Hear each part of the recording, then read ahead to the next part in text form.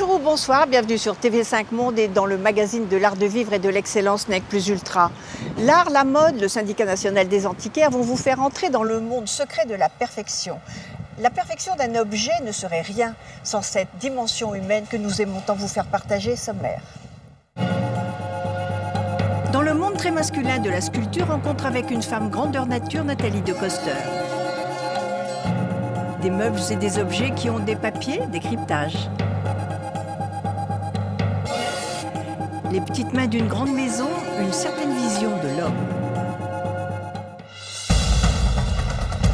C'est avec l'artiste française Nathalie de Coster que débute ce programme. Elle parcourt le monde avec ses sculptures et émerveille son public avec les messages qu'elle délivre. Rencontre avec une sacrée bonne femme que nous, on adore. Nathalie de Coster expose ses œuvres dans les grandes villes du monde entier. Peut-être avez-vous déjà croisé son personnage messager à Londres, à Venise, au Brésil ou sur les Champs-Élysées. Cette fois-ci, c'est à Hong Kong, dans le quartier central, qu'elle pose ses sculptures monumentales. Au monde des affaires, où le temps c'est de l'argent, l'artiste oppose un monde à faire où l'argent n'a pas de prix. Un art brut qui nous sort de l'abrutissement d'un monde au rythme ahurissant. Dans cette cité tentaculaire, une lionne à la patte de velours nous apprend à dompter le cercle infernal.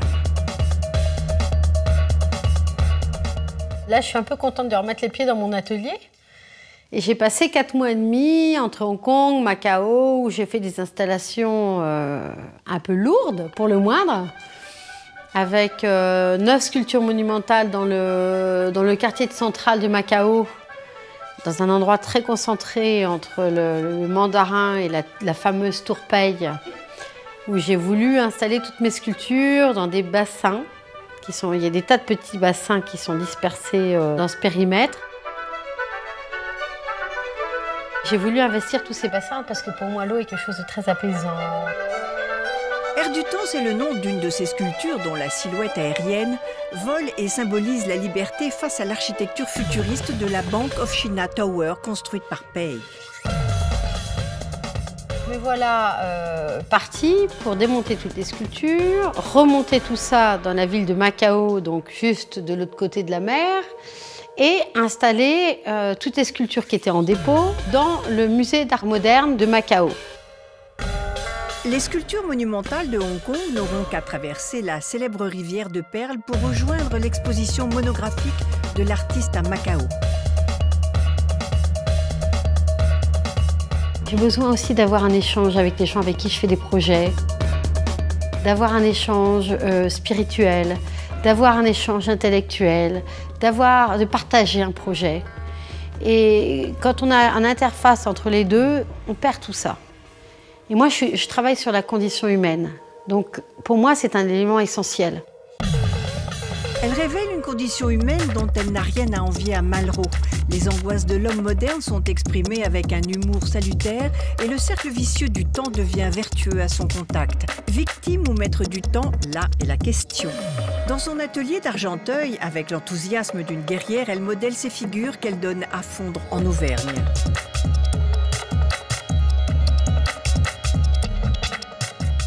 J'ai évolué sur différents aspects. D'ailleurs, ça faisait très très longtemps que je voulais travailler sur l'inox, qui est un matériau qui est très difficile à travailler, qui est très compliqué. Il faut trouver des collaborateurs spécialistes. C'est vraiment un matériau compliqué à travailler et très onéreux par ailleurs.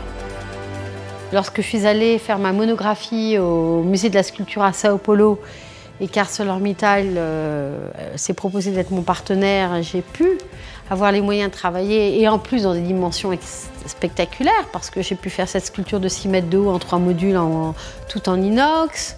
J'ai pu fondre des sculptures en inox parce qu'au Brésil c'est possible, j'ai pas trouvé en France, de fondre des personnages en inox dans des fonderies d'art. En tout cas, j'ai un assistant là-bas qui s'occupe de ça et qui a pu me faire ça. Et donc ça m'a permis de mettre enfin ce rêve à exécution. Les figures géométriques qui accompagnent ces silhouettes symbolisent à la fois la liberté et l'enfermement. Pour que le temps ne se joue pas de nous, il faut savoir en jouer sans chercher à trouver la quadrature du cercle.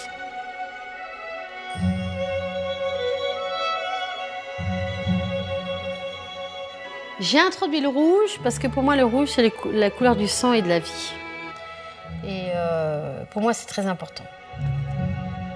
Elle expose ses sculptures monumentales jusqu'à la fin du mois d'octobre dans sa ville natale Neuilly. Et de temps en temps, il est bon de poser le chalumeau.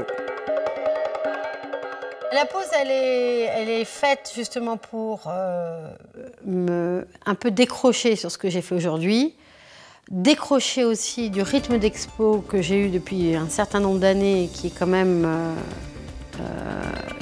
qui occupe l'esprit. Et il y a un moment où j'ai un peu envie de me retrouver dans mon atelier à réfléchir. Donc j'ai besoin de me renourrir. Et puis parfois il faut se remettre en question. Et ça passe par des périodes de vide. Alors ça fait peur. Il faut le faire. Donc c'est vous, ce personnage qui est dans ce rond et tout seul? Oui, c'est moi. C'est moi, mais c'est vous aussi. Son monde est à son image, réjouissant, émouvant, puissant. L'ivoire, l'écaille de tortue, le corail et bien d'autres espèces protégées ont donné lieu en 1973 à une réglementation. C'est très compliqué, ardu et bien malin qui s'y retrouve. Aussi, pour vous aider, nous avons rencontré un antiquaire pour en savoir plus. Il fut un temps où l'on pouvait travailler toutes les matières sans restriction jusqu'à ce jour de 1973 à Washington, où un comité d'experts légiféra la circulation et la production de certaines matières menacées d'extinction. Cet objet est très intéressant, donc il a été exécuté, il a été fabriqué dans une petite ville d'Italie, de Sicile, qui s'appelle Trapani. Et Trapani, avec Naples, était spécialisé sur le travail du corail. Et ce corail-là, dont le nom latin j'ai oublié, le nom scientifique, il n'est pas soumis à autorisation. Donc ces objets, tous les objets qui étaient fabriqués à Trapani, donc, dont le corail était pêché en mer Méditerranée, tous les objets exécutés à Trapani ne sont pas soumis à un CITES. Sacrifiés à la juste cause de la conservation de la biodiversité, certains objets, certains métiers ont totalement disparu. 34 000 espèces animales et végétales sont concernées et quelques-unes de ces matières précieuses se trouvent sur les meubles chez les antiquaires. C'est une convention qui a été signée en 1973 par la plupart des pays du monde entier, qui est en soi, c'est une bonne convention, c'est normal, de protéger les espèces en voie de disparition. Bon, les plus emblématiques, c'est l'ivoire de l'éléphant, c'est l'écaille des tortues marines, donc ça c'est bien. Le problème, c'est que cette convention, elle s'applique aussi bien aux objets contemporains que modernes, que anciens. Donc pour les antiquaires, qui vendent des objets qui datent du 16e, 17e, 18e, 19e, c'est un véritable problème parce qu'on nous demande de produire une pièce sur un meuble qui date de 1700, c'est-à-dire bien avant la Convention de Washington de 1973, et on régule le commerce de ce type de meubles. Des matières et des savoir-faire d'autant plus précieux que leur reproduction est impossible aujourd'hui. Chiner de l'ivoire, de l'écaille, de tortue avec la sensation intense de griller un feu rouge, une aubaine pour les antiquaires à condition d'avoir les papiers. Alors ici, vous avez un bureau qui a été exécuté par André-Charles Boulle vers 1700, donc bien avant la Convention de Washington de 1973. Donc André-Charles Boulle avait mis au point une marqueterie qui combinait écailles de tortue avec du cuivre, ce qu'on appelait à l'époque du cuivre, et qui en réalité qui est du laiton. Donc ici, si vous regardez, tout ce que vous avez en rouge, c'est de l'écaille de tortue. Et tout ce que vous avez en jaune, c'est du laiton. Le problème de la marqueterie dite Boulle, c'est qu'elle se décolle beaucoup avec le temps, parce que le bois ne travaille pas de la même manière que l'écaille, et l'écaille ne travaille pas non plus de la même manière que le cuivre. Donc si vous voulez, c'est trois matières différentes qui travaillent différemment. Donc les marqueteries se sont beaucoup abîmées avec le temps. Donc il faut les restaurer. L'écaille de tortue est un matériau vivant qui a la capacité de s'auto-greffer, pas besoin de colle, ni aucune trace visible de réparation. Par une alchimie extraordinaire, les morceaux s'amalgament littéralement, les écaillistes se comptent aujourd'hui en France sur les doigts d'une main. L'écaille véritable est une matière naturelle qui vient d'une des 7 races de tortues marines qu'il existe au monde. Et cette matière est protégée par la Convention de Washington. Et donc l'approvisionnement de la matière, il est néant depuis cette époque où, quand la France a ratifié cette Convention de Washington, il s'agissait de cesser les importations.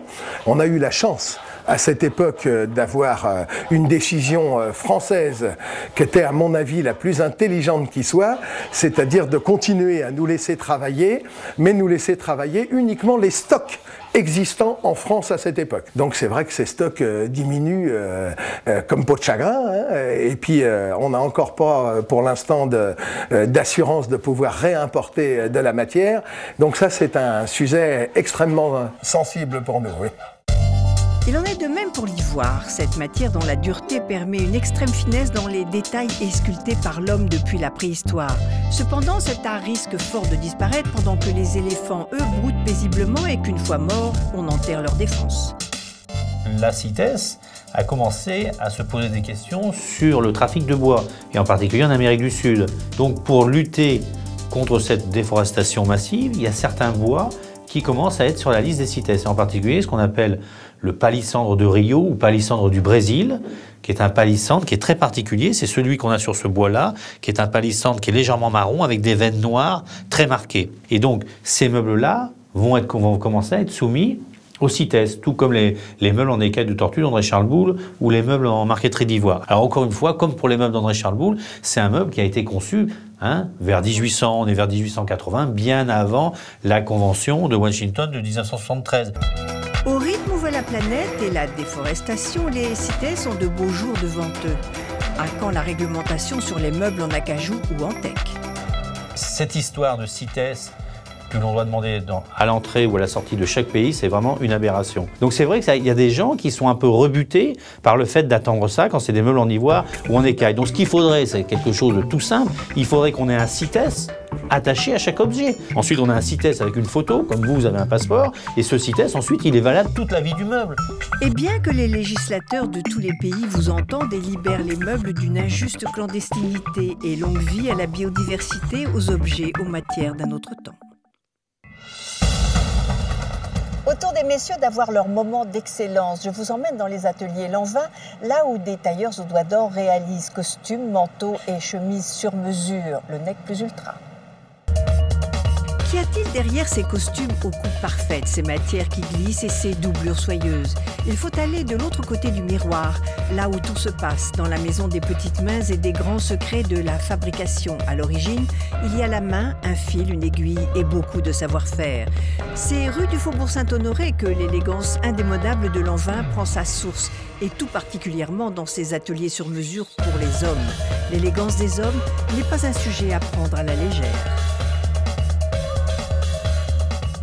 On bénéficie d'un atelier qui date de 1926, sur lequel nous avons toute une filiation et qui permet d'avoir un véritable poids que n'ont pas d'autres ateliers, justement, par rapport à la mode. Nous avons également aussi ce plus d'appartenir à une maison de mode, qui est la plus ancienne en activité, avec justement un mélange, un melting pot général, qui tient autant du défilé avec Luca, aussi la femme avec Albert évidemment, qui nous permet d'avoir un ensemble qui répondrait à toutes les demandes.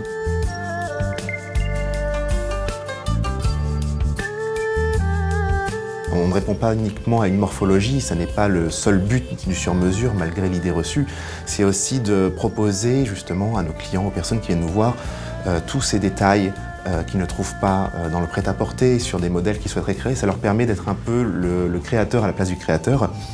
Alors que ça soit par le biais des tissus, justement, donc que ça soit des vigognes, des tissus rares, des mélanges précieux, des soies, des cachemires. On propose même des chemises en coton sur des 200A, donc qui est une qualité extrêmement fine, relevée d'un fil d'or. Si on va toujours dans les pierres précieuses, d'autres maisons proposent donc une version diamant, Super 150, soie et diamant. En fait, finalement, pour un costume, il s'agit surtout d'écouter le client et de comprendre l'utilisation qu'il veut en avoir, la façon dont il se perçoit aussi, pour essayer de répondre au mieux à sa demande. On a cette chance extrême de travailler dans un domaine qui est au-delà du commercial. Et au-delà du commercial, il y a ce savoir-faire plus que centenaire que les maîtres tailleurs de la maison perpétuent. On prend les mesures et avec ces mesures-là, on passe une toile pour qu'on puisse regarder bien les aplomb, les largeurs et de faire au plus ou moins ce qu'il faut pour le client. Et après, on coupe le vrai tissu. C'est une toile en laine qu'on met, et puis il y a du crin qu'on appelle du crin de cheval.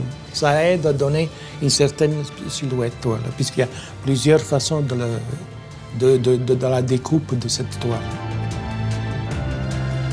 Et c'est le millimètre qui fait faire une certaine ligne, qu'un costume il a une gueule, quoi, une personne, voilà. Avec la coupe et la silhouette, on peut donner au moins 10 kilos de moins. À bon entendeur, salut, il n'y a pas de demi-mesure pour le sur-mesure, c'est le petit plus qui fait une très grande différence. On fait beaucoup d'unis, de voiles. On est réputé pour ça. On travaille avec un fabricant de voiles qui travaille avec des petits métiers à tisser en petite largeur. Et ce qui permet d'avoir une qualité de tissu qu'on n'a pas forcément en grande largeur, ce qui est le cas de toute l'industrie aujourd'hui.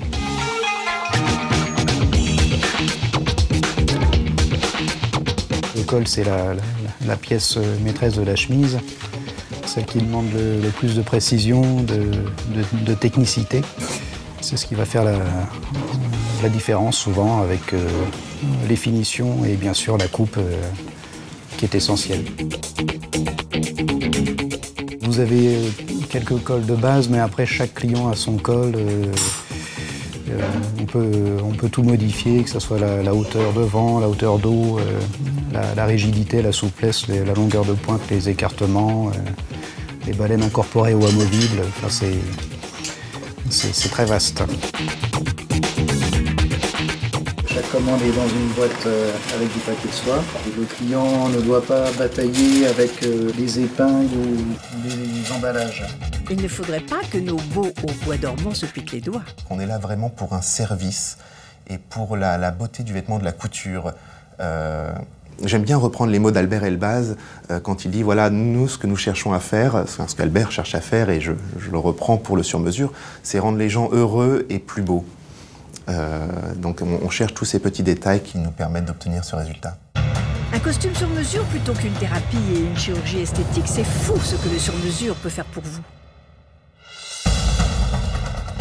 Le sur-mesure, quand on l'a essayé, on ne peut plus s'en passer. Merci de nous avoir suivis. Merci au déjà célèbre Monsieur Bleu de nous avoir accueillis. Je vous retrouve la semaine prochaine, toujours sur TV5 Monde ou sur notre page Facebook, où vous pouvez revoir pendant 3 mois notre émission. En attendant, voici notre coup de cœur, puisque le luxe, la Nec Plus Ultra, est avant tout une histoire de cœur. Au revoir. La 5e édition du Salon du Bourget a rencontré cette année encore un vrai succès à la hauteur des avions présentés, notamment chez notre Dassault national. Point d'aéroplane pour cet aéropage. Le Rafale et le Neuron, à l'état expérimental de démonstrateurs, ont été littéralement pris d'assaut. Le premier salon aéronautique du monde fête cette année un anniversaire, celui du célèbre Falcon. Le 4 mai 1963 à 17h15, l'avion piloté par René Bigan décolle pour son premier vol. Une commande de 120 appareil est confirmé quelques jours plus tard. Aujourd'hui, le Falcon a déjà 50 ans. La famille Falcon, c'est plus que 2250 avions qui ont transporté des chefs d'État, des entrepreneurs, des cadres d'entreprise de 80 pays avec une sécurité et un confort inégalés. On adore. Bienvenue à bord du Rafale, cet avion de chasse contrôlé par des commandes de vol électriques qui lui permet d'effectuer des figures impossibles à la plupart des avions concurrents. La démonstration de vol d'une des grandes vedettes de ce salon est pour le moins renversante. Cet avion, au cœur d'une négociation à rebondissement entre la France et l'Inde, faisait déjà très belle figure. Le nez dans les nuages, regarder voler ces avions est un spectacle extraordinaire qui fait tourner la tête.